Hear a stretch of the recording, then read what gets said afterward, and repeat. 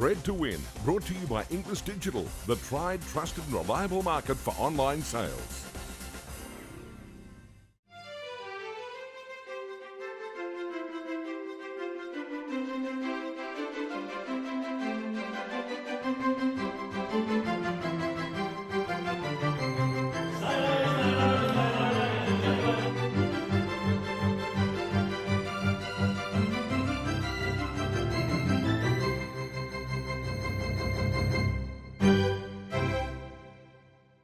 Hello, I'm Caroline Searcy. Welcome to another edition of Bred To Win, coming to you from another successful Australian thoroughbred sale where some of Australia's favourite mares found new homes. That's coming up in Aushorse News, but in our second last show of the season, there's plenty to get through, including part 2 of our extended interview with Marie Yoshida, where she pinpoints some fantastic young women coming through in the breeding industry. Also, if you want to know more about the job of an auctioneer, one of the best in the biz, Jonathan Darcy, tells us what it takes to prepare to sell yearlings, great and small, at a major auction. Plus, from Sledmere stud Treen Murphy in Arrowfield studs, the horse who made you love racing. First though, always plenty happening in the bloodstock world in the Aushorse News of the week.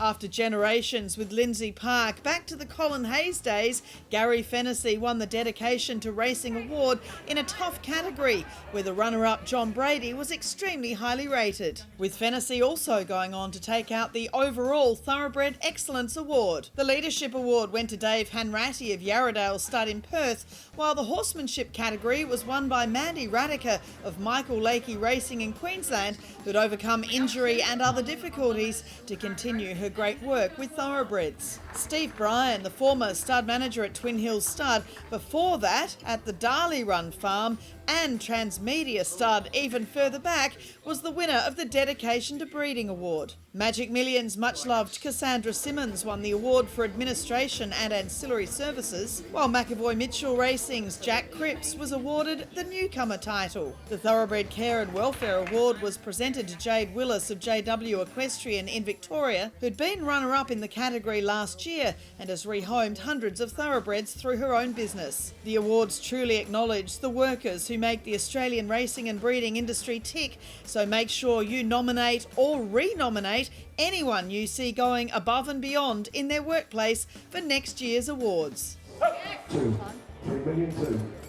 An incredible few days of selling on the Gold Coast saw the Magic Millions National Broodmare Sale record 25 individual $1 million sales, a gross of over $142 million and an average price of $233,000. Top lot was the champion race mare Arcadia Queen, who was initially passed in before selling for $3.2 million to Arrowfield Stud. Tiarcal's 14-time Group 1 winning New Zealand mare Melody Bell sold for $2.6 million to Victoria's Written Tycoon Syndicate as part of a major buying spree for Yulong Farm that netted 39 yearlings for a total of nearly $16.5 million.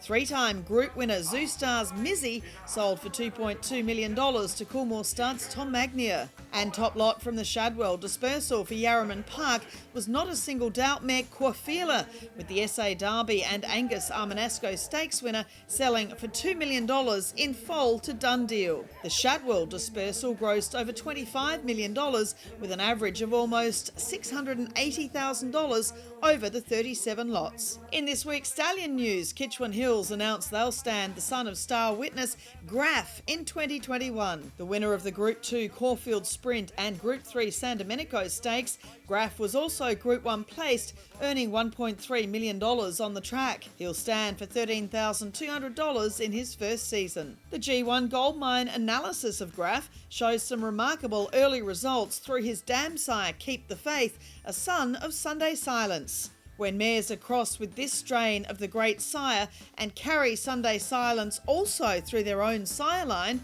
there are 3.85% Group 1 winners to runners, plus a massive 34% of stakes winners to runners. So if you have a mare with Sunday Silence in her sire line, head to G1 Goldmine's Stallion Match and see how she matches up with Graf. In other stallion news, the Kelly family's Newhaven Park has taken on Singapore star Super One, who's already the sire of almost 40 winners, with his oldest crop only 3-year-olds. The DC McKay winning son of I Am Invincible moves from Newgate Farm and will stand at a fee of $16,500. Vega One, where's he come from? Vega One's got up and won. To racing, and the Group 1 Kingsford Smith Stakes was won by Lope de Vega's Vega One in the yellow colours, coming through with a great Jamie Carr ride. He was sold by Victoria's Stockwell Thoroughbreds for $75,000 at the Adelaide Magic Millions Sale. Vega One's another Australian Group 1 success for Shamardale's Lope de Vega, following on from Guitra, Santa Ana Lane and Vega Magic, while Vega One's half-sister is Sweet Embrace Stakes winner One More Honey. Arrowfield Stud's 4-time champion Australian sire Snitzel had his 29th stakes double in one day as Reloaded and Exhilarates won at Eagle Farm. Reloaded is by Snitzel from VRC Oaks winner Hollow Bullet and was a $350,000 Arrowfield Magic Millions Graduate sold to Guy Mulcaster and the Harris Syndicate. Godolphin's Exhilarates won her 4th stakes race in the listed Helen Coghlan. She's by Snitzel from Blue Diamond winner Samaretti, and her dam has since delivered a Snitzel full brother after being bought at last year's Inglis Chairman's Sale by Coolmore for $1.8 million.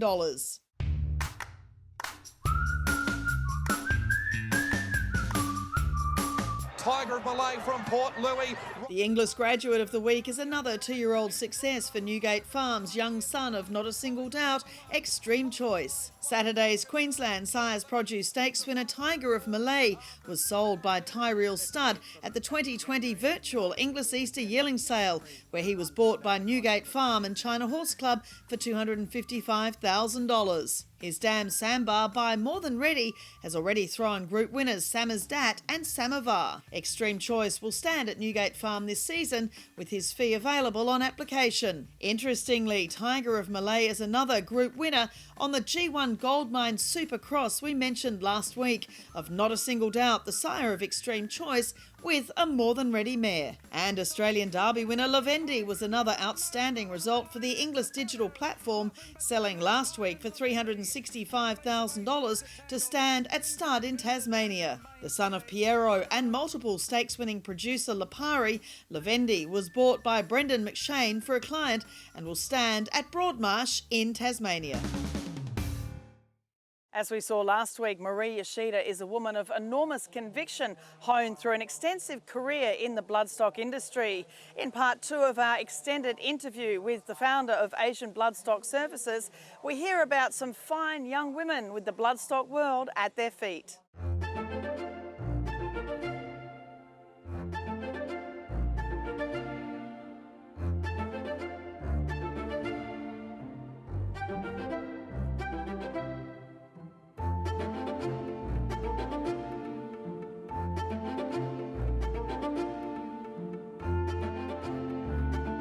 This is now the second time that you've quarantined for this year, and of course you came out last year as well, which you're the only international visitor, I believe, for Easter 2020 when it was the virtual sale. Tell me about this year. So you've been out inspecting at all the farms, and I guess that gives you a perception too of who are doing the right job by the horses too, because a lot of vendors have very different ways of preparing yearlings. Oh, totally. It's like going to a boutique in Paris, and if you want to buy clothes, you know, you see the style of Chanel and the style of Yves Saint Laurent and maybe Hermes, and or the same for jewelry, the same for antiques. You know, you would go to different little shops. It's I love the boutique here, and I love also the larger consignment. And you know exactly what they are doing. Like it's quite transparent, you know. Some farms import a lot of mares from Europe, for instance, and I'm like sometimes feeling I am back in England or Ireland, you know, or France.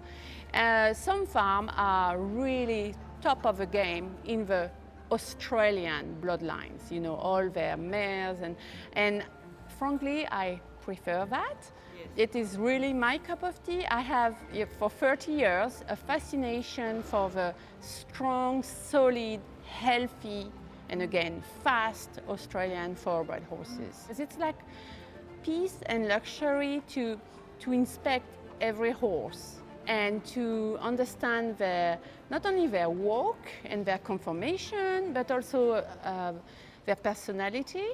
And could they adapt to Hong Kong? Could they adapt to racing in Sydney?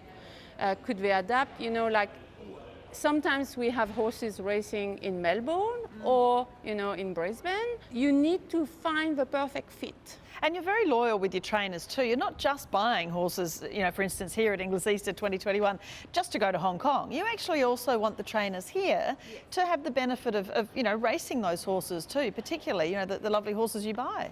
Yes, it was so lucky and very smart, we can say, that we could shake hands with Mr. Peter Snowden in April 2014, Easter 2014, when it was still in Newmarket. Because he became independent trainer again with his son Paul and the team.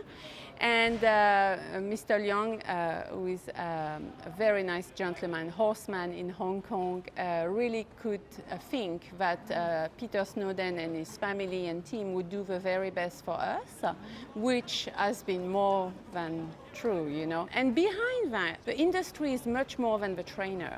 You have a pre-trainer. For instance, we use Hanover Lodge. I went there yesterday morning. I woke up at 5:30 a.m. just to be able to go around Hawkesbury River. It was foggy, it was wet, it was cold, but I could see some horses in pre-training, some having a spell, and they were in perfect condition, and it was peaceful, and they can relax before going back to the stable in Randwick, for instance. And Hinnick and Jade, his partner, they're fabulous horse people. He was a former German show jumper. So you need horse. You need a team. Handlers. That's right. You need a team, and I'm talking about the veterinarian. We use Dr. Jonathan Lumsden and his team at REC. I went myself last week, in fact, especially to visit their new clinic next to Horsley Park. Top of the world. It's designed by veterinarian, by horsemen, and everything is done the proper way. It is not a show boutique. It is purely a place where you can have the best surgery, the best care if you need. California Zimble, your lovely mare. It's just such a wonderful thing, I guess, to be able to see some of those horses racing while you're here. Yesterday morning, before going to Hawkesbury, I went to Randwick to say hello to her. And she was in a very strong mood, nearly biting me, and very full of herself. I was very happy to see that, obviously. Ambitious Dragon hits the front. He hasn't kicked away. California Memory gets his second wind. From Europe, I could buy some race horses who adapted very well, like California Memory, who was not the tallest horse. He was like maybe 1,000 pounds, of grey finesse.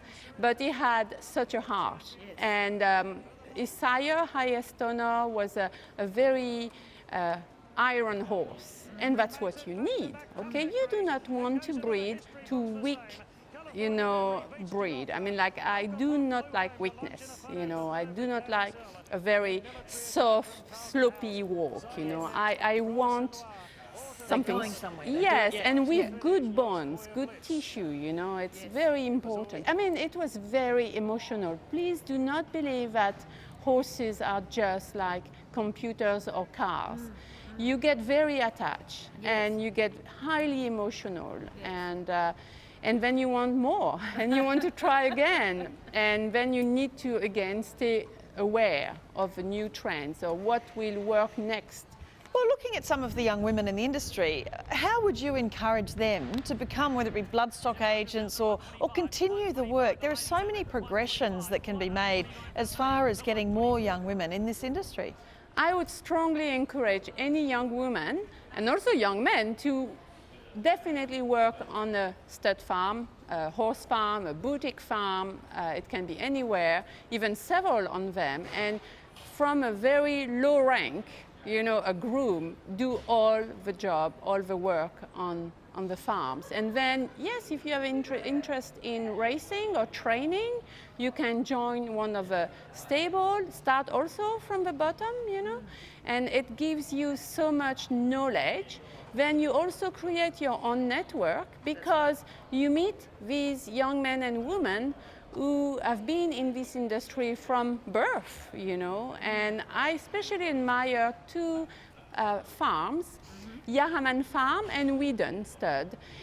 They have this younger generation coming, both boy and girls, and especially the young horsewoman at Yarraman Park, Willa, and at Whedon Stud, Amy, have impressed me extremely. Like, they are truly professional. They know how to hold a horse. They know how to walk with a horse. They know how to care, you know, how to manage a team, where are the buyers, where are we? They've seen everything on the farms, you know, from a very young age, mares dying while falling, you know, colic, fences accident, you know, your best yearling, one day is there, the next day is not. And they have so much tenacity. They have, you know, a very strong intellect, and they listen not only to their families, but to others. And they really try to absorb as much knowledge. And they do not feel inferior in any way. And I would bet my money on them for the future on this industry. I would encourage the sales company to also have more young women involved for judging horses, assessing, you know.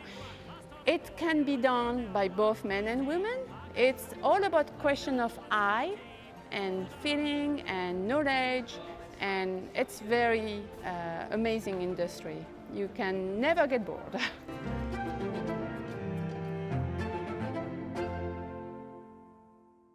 Fascinating hearing from Marie Yoshida, who spent plenty of time in quarantine to be able to get to the Australian sales this year, and we thank her for that. Coming up on Bred to Win, Cambridge Stud's Performance of the Week and what it takes to be an auctioneer. We hear from Jonathan Darcy about selling $1 million yearlings year after year at the Inglis Easter sale.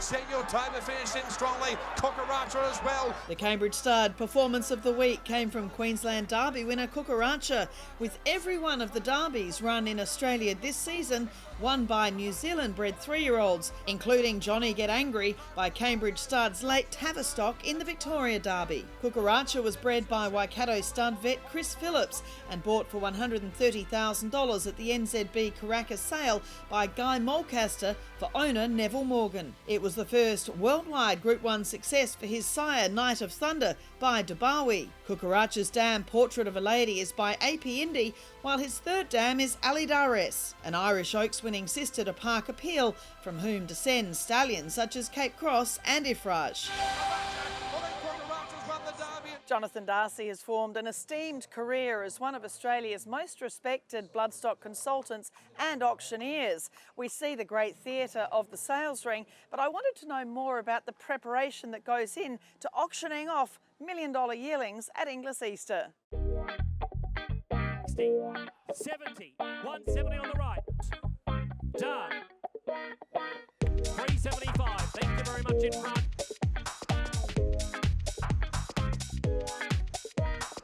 Das, it's always fascinating to know a bit more about the behind-the-scenes work of the bloodstock team here at Inglis. So when you're setting the auctioneers their task for a horse sale, so obviously we're coming into Inglis Easter, They actually only have a certain amount of horses that they will sell in a period of time. Just explain how it all works. Look, there's no great science to it. The way I've always done it since I've been doing the selling runs has been to split up the day pretty evenly.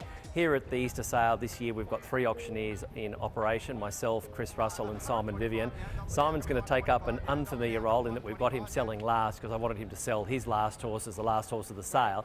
But aside from that, we pretty much break it up evenly. So there's 240 horses a day. We like to run around about 16 to 20 horses per selling run. So this year I think it's 16s and 17. So I'll sell 16, Rusty will sell 16, Simon will sell 16. And so we know a few weeks out from the sale who's selling what horses, and then we can do our individual research from there. Do you let the vendors know which horses you're actually selling in your run? We do. Look, it's something that the vendors are always keen to know. I think just to impart that little bit of extra information to each of the auctioneers, depending on who's selling their horse. But look, I think, Simon, Rusty and I have been selling for a long time now, so hopefully they're all pretty happy with the run they've got. But yeah, look, it's good for the vendors to be able to tell us a little bit about who's perhaps been looking at the horse more intently than others. So we can keep an eye out, when we're selling that particular lot, if they've pointed out to us that that Kieran Marr or Gay Waterhouse or John O'Shea is particularly interested in the horse, we can try and find them in the auditorium and make sure we don't miss their bid. Are the buyers aware, able to let you know that they might be on a horse as well? Is that something buyers do or not really? I mean, I know it's very private and they don't want people to know too soon, but do they trust you maybe to say, look, make sure you look for me? Look, it's more that they would entrust that to the bid spotters, and sometimes, we're acting as bid spotters throughout the sale as well. So, and you do get a bit of a feel. I mean, having been around auction sales for 30 odd years now, you can sort of tell when someone walks in the auditorium or they start to look a bit nervous, they're going to bid on a horse. So people, certain buyers have their particular mannerisms when they're going to bid on a horse, and certain buyers will take up a position where they haven't been throughout the sale, and you pretty much know that they've come to an area where they know that they can be seen easy by a bid spotter or by the auctioneer. So it's it's a little bit of second nature to us to recognise when someone's going to have a bid. When you're looking at these horses, I mean, you've been out all around all the farms and so on. Are you aware that far out? So when you're looking at the horse, you sort of make extra notes in that run of 15 or 16 or so? For sure, Caroline. I mean, the one thing I always say is, there's no point writing down a lot of negative comments on a horse. If I'm standing out there auctioneering a horse, I look down and I'd like to see something that's positive. So it might be the movement they've got, it might be they've got a great head and eye, it might be they're very typical of their sire, it might be they're typical of what the mare throws. So, they're just little things. I always like to mark down on a catalogue page who trained the half relation, particularly if it's been a good horse. So I can always say, if I can see that person in the auditorium, I can always say, you remember what a good horse the half brother or the half sister was. Just little notes that perhaps can help me when I'm trying to elicit that last bid. Yeah, I know. I do with the Easter previews that we do, or for the broadcasts we do, to be positive. I mean, you have to. I mean, it is all about trying to get these horses sold and getting them to the people that really want to buy them, and doing the best job you can, in particular for the vendor. Oh, for sure. I mean, and I think that is an important part. I mean, we're looking for the selling points of the horse. Now, that might be its relationship on the pedigree, but a lot of the time it's about some of the physical attributes the horse might have, particularly if it looks like a 2-year-old. It's got a great hip, it's got a great shoulder and girth, it's well balanced. All those sort of things. You just want to keep emphasising those to the buyers. So I mean, that's what's captured their imagination when they've been looking at the horses, and you're just reinforcing that message to them, and hopefully it can make a difference in the end. Jonathan Darcy, always very eloquent in explaining everything that's going on at Inglis. Coming up on Bred to Win in Arrowfield Studs, the horse who made you love racing, Sledmere Studs, Treen Murphy.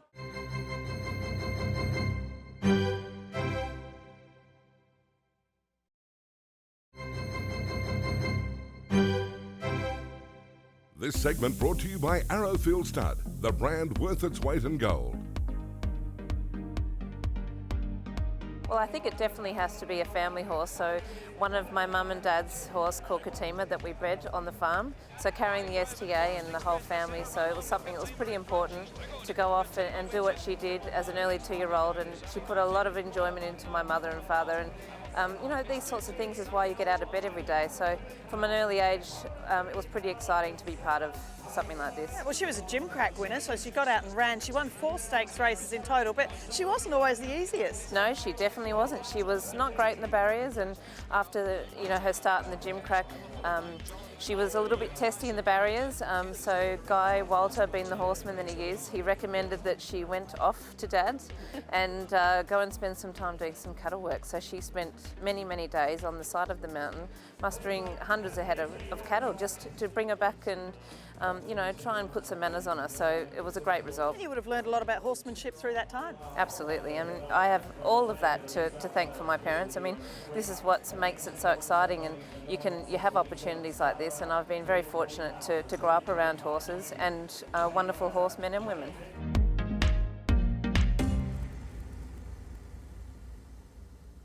That's it for Bred to Win this week. Join me again next week for the final show of Series 1 in 2021 as we catch up with Brendan and Joe Lindsay about all things Cambridge stud ahead of the new breeding season. And Gory stud getting behind the glamorous 2-year-old Group 1 winner and Derby victor prized icon as we see some of his foals as they grow out at Coringal Stud in New South Wales. That's all next week on Bred to Win. Don't miss it. I'm Caroline Searcy. Look forward to seeing you then.